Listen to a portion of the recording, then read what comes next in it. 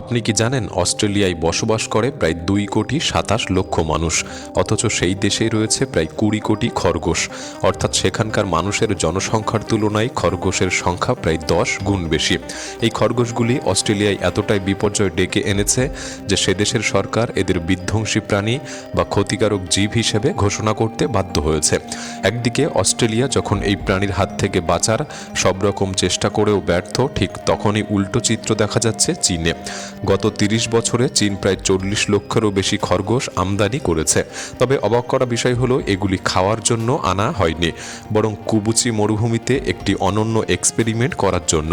আর এই পরীক্ষার ফলাফল সারা বিশ্বকে রীতিমতো হতবাক করে দিয়েছে। এক দেশের সরকার যে প্রাণীকে নিধন করতে মরিয়া, অন্য দেশ সেই প্রাণীকেই কেন লাখ লাখ সংখ্যায় আমদানি করছে। এর পেছনে লুকিয়ে থাকা কারণটি জানলে আপনিও চমকে যাবেন। আজকের ভিডিওতে আমরা উন্মোচন করব সেই রহস্যের পর্দা। যখন কোনো মরুভূমি তার আশেপাশের সবুজ শ্যামল ভূমিকে গ্রাস করে তাকেও ক্রমশ মরুভূমিতে পরিণত করে, তখন সেই প্রক্রিয়াকে বলা হয় ডেজার্ট সার্টিফিকেশন বা মরুকরণ। আর এই ভয়াবহ প্রক্রিয়ার সবচেয়ে বড় ভুক্তভোগী হলো চীনের কুবুচি মরুভূমি।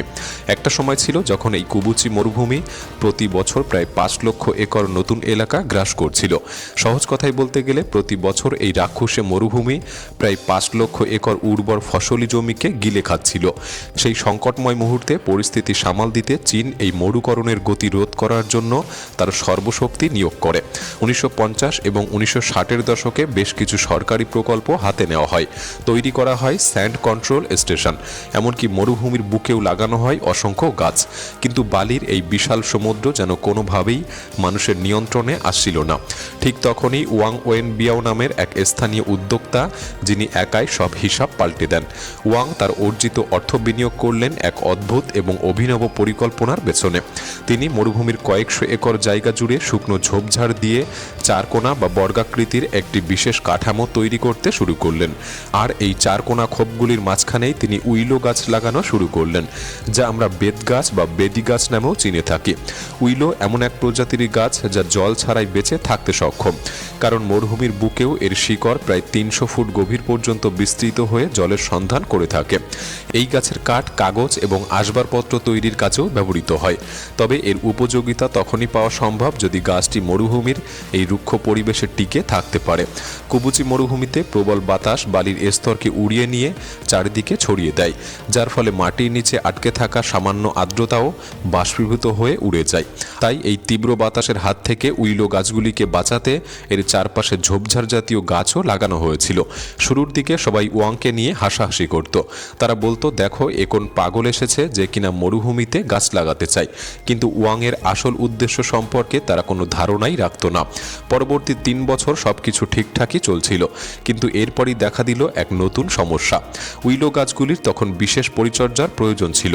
কাগজ এবং আসবাবপত্র শিল্পের উপযোগী করে তুলতে হলে গাছগুলির নতুন গজানো কচি ডালগুলি ছাঁটাই করা অত্যন্ত জরুরি ছিল। এর উদ্দেশ্য ছিল যাতে মূল গাছটি আরও মোটা এবং মজবুত হতে পারে। কিন্তু মরুভূমির দুর্গম পরিবেশে এই কাজটি করা ছিল যেমন কঠিন তেমনই ব্যয় সাপেক্ষ। ঠিক এইখান থেকেই গল্পে একটি নতুন মোড় আসে। এটি সেই গুরুত্বপূর্ণ মুহূর্ত যেখানে খরগোশদের এন্ট্রি হয়। বিশেষ করে রেক্স র্যাবিট প্রজাতিটি এই ঘটনার গুরুত্বপূর্ণ অংশ হয়ে ওঠে। রেক্স র্যাবিট হলো এমন এক বিশেষ প্রজাতির খরগোশ যাদের পশম দেখতে ঠিক ওটারের লোমের মতো, যা অত্যন্ত নরম, দামি এবং বিলাসবহুল পোশাক তৈরিতে ব্যবহৃত হয়। কিন্তু প্রশ্ন হলো, খরগোশদের এই মরুভূমিতে নিয়ে আসা হলো কেন? এর কারণ এদের সামান্য একটি অভ্যাস কুবুচি মরুভূমির পুরো বাস্তুতন্ত্র বা ইকোসিস্টেমকেই বদলে দিতে পারে। রেক্স র্যাবিটরা মূলত উইলো গাছের নতুন গজানো কচি ডালপালা খেতে খুব পছন্দ করে। তারা যখন ক্রমাগত এই কচি এবং সরু ডালগুলি খেয়ে নিত, তখন গাছের মূল কাণ্ডটি প্রাকৃতিকভাবেই আরও পুষ্ট এবং মোটা হয়ে উঠত। আর এই উন্নত মানের কাঠই কাগজ শিল্পের ব্যবসায়ীরা চড়া দামে কিনে নিয়ে যেতেন। অর্থাৎ একদিকে খরগোশটা খাবারও পেল, আবার অন্যদিকে কাগজ শিল্পের জন্য প্রয়োজনীয় কাঁচামালও সরবরাহ করা হলো। এক একদিকে পরিবেশ আর অন্যদিকে অর্থনীতি উভয়েরই জয়যাত্রা শুরু হলো। তবে এটা তো ছিল শুধু গল্পের শুরু মাত্র। আপনারা আগেই জেনেছেন যে উইলো গাছের শিকড় মাটির প্রায় 300 ফুট গভীর পর্যন্ত পৌঁছে যায়। এই শিকড়গুলি বালির স্তরে প্রবেশ করে মাটির গঠনগত দৃঢ়তা বা স্ট্রাকচারের স্টেবিলিটি বাড়াতে সাহায্য করে। এর ফলে সবচেয়ে বড় যে সুবিধাটি হলো প্রবল বাতাসেও আর বালি উড়ে যেত না এবং বালির নিচে আটকে থাকা আর্দ্রতাও বাষ্প হয়ে হারিয়ে যাচ্ছিল না। চীনের জিরো ওয়েস্ট সিস্টেম বা বর্জ্যহীন ব্যবস্থার এটিও একটি অত্যন্ত মূল্যবান সম্পদে পরিণত হলো। দ্বিতীয়, রেক্স র্যাবিটের এই প্রজাতির সবচেয়ে বেশি সংখ্যক বাচ্চা জন্ম দেয়। একটি স্ত্রী খরগোশ বছরে প্রায় 50টি বাচ্চার জন্ম দিতে পারে, অর্থাৎ এদের বংশবিস্তারের গতিও অত্যন্ত দ্রুত। খরগোশের সংখ্যা যত বাড়তে লাগলো, সারের পরিমাণও তত বৃদ্ধি পেল, আর এর ফলে মাটি হয়ে উঠতে লাগলো উর্বর। দেখতে দেখতে সেই রুক্ষ বালুকাময় প্রান্তর সবুজ কৃষিক্ষেত্রে রূপান্তরিত হলো, যেখানে এখন চাষ করা হচ্ছে নানা ধরনের জৈব বা অর্গানিক শাকসবজি। তবে এই অভাবনীয় পরিবর্তনের পেছনে রেক্স র্যাবিটের আরও একটি বিশেষ বৈশিষ্ট্য গুরুত্বপূর্ণ ভূমিকা পালন করেছে। এদের বিশেষত্ব হলো এরা ঘাস হজম করতে পারলেও ঘাসের বীজ হজম করতে পারে না, আর ঠিক এই কারণেই সেই বীজগুলি অক্ষত অবস্থায় মলের সাথে বেরিয়ে আসতো। কিছুদিন পর দেখা গেল সেই বীজ থেকে নতুন ঘাস জন্মাচ্ছে এবং দ্রুত সেটি মরুভূমি জুড়ে ছড়িয়ে পড়ছে। অর্থাৎ খরগোশটা শুধু যে উইলো গাছের রক্ষণাবেক্ষণের কাজই করত তা নয়, তারা প্রাকৃতিকভাবে ঘাসও উৎপাদন করছিল, আর সবশেষে তাদের পশমও বিক্রি হচ্ছে চড়া দামে। পুরো প্রক্রিয়াটি একটি স্বয়ংসম্পূর্ণ চক্রে বা সেলফ সাস্টেনিং সাইকেলে পরিণত হলো। সত্যি বলতে এই খরগোশই মরুভূমিকে সবুজ করে তোলার আসল কারিগর হয়ে উঠেছিল। এই পরীক্ষামূলক প্রকল্পের সাফল্যের পর ওয়াং কিন্তু এখানেই থেমে থাকেনি। তিনি 100টি বুলডোজার ভাড়া করলেন এবং মরুভূমির উঁচু নিচু বালির টিলাগুলিকে সমান করার কাজ শুরু করে দিলেন। গর্ত ভরাট করে জমি সমান করা হলো এবং সেখানেই উইলো গাছ লাগানোর কাজ শুরু হলো। পাশাপাশি তিনি স্থানীয় মানুষদের উৎসাহিত করলেন যাতে তারা রেক্স র্যাবিট পালন শুরু করে। তিনি চীনা সরকারের সহায়তায় লক্ষাধিক রেক্স র্যাবিট আনিয়ে স্থানীয় মানুষের মধ্যে বিতরণ করে দিলেন। প্রতিটি বাড়ি যেন এক একটি ছোট্ট খামারে পরিণত হলো। দীর্ঘ 10 বছর ধরে এই প্রকল্প চলার পর পুরো এলাকার চেহারাটাই আমূল বদলে গেল। একসময় যখন এখানে বাড়ি ছাড়া আর কিছুই চোখে পড়তো না, এখন এক একটি সবুজ শ্যামল এলাকায় পরিণত হয়েছে। কবুচি মরুভূমির মোট আয়তন প্রায় 18,600 বর্গ কিলোমিটার। জাতিসংঘের প্রতিবেদন অনুযায়ী এর মধ্যে প্রায় 33% অর্থাৎ 6,250 বর্গ কিলোমিটার এলাকায় এখন সবুজে ছেয়ে গেছে। এটি 30 বছরের বেশি সময় ধরে চলা কঠোর পরিশ্রমের ফসল। এই বিশাল পরিবর্তনের ফলেই কবুচি মরুভূমি এখন আর সি অফ ডেথ নামে পরিচিত নয়, বরং এখন এটি ইকোলজিক্যাল মার্ভেল হিসেবে পরিচিতি পেয়েছে। তবে এখানে কেবল পরিবেশেরই পরিবর্তন হয়নি, মানুষের জীবনযাত্রাও বদলে গেছে।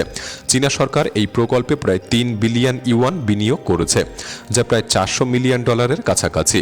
আর এই বিপুল অর্থ ব্যয়ে এখানে গড়ে তোলা হয়েছে নতুন নতুন গ্রাম এবং মরুভূমির বুকে মানুষের জন্য সৃষ্টি করা হয়েছে নতুন কর্মসংস্থান। আজ মরুভূমির লক্ষ লক্ষ একর জমি জুড়ে বহু মানুষের জীবিকা নির্বাহের সুযোগ তৈরি হয়েছে।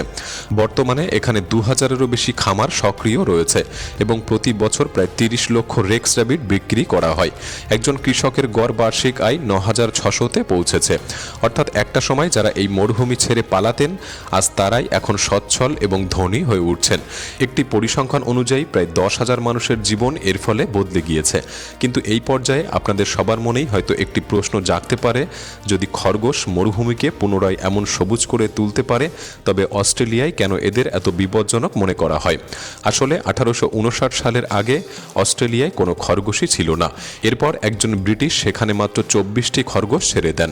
উদ্দেশ্য ছিল এদের বংশবৃদ্ধি হলে ব্রিটিশরা সেখানে গিয়ে শিকারের আনন্দ উপভোগ করতে পারবে। 70 বছর পর এদের সংখ্যা এতটাই বেড়ে গিয়েছিল যে পুরোপুরি নিয়ন্ত্রণের বাইরে চলে যায়। তবে অস্ট্রেলিয়ায় খরগোশ প্রাকৃতিক পরিবেশে মুক্তভাবে বিচরণ করত।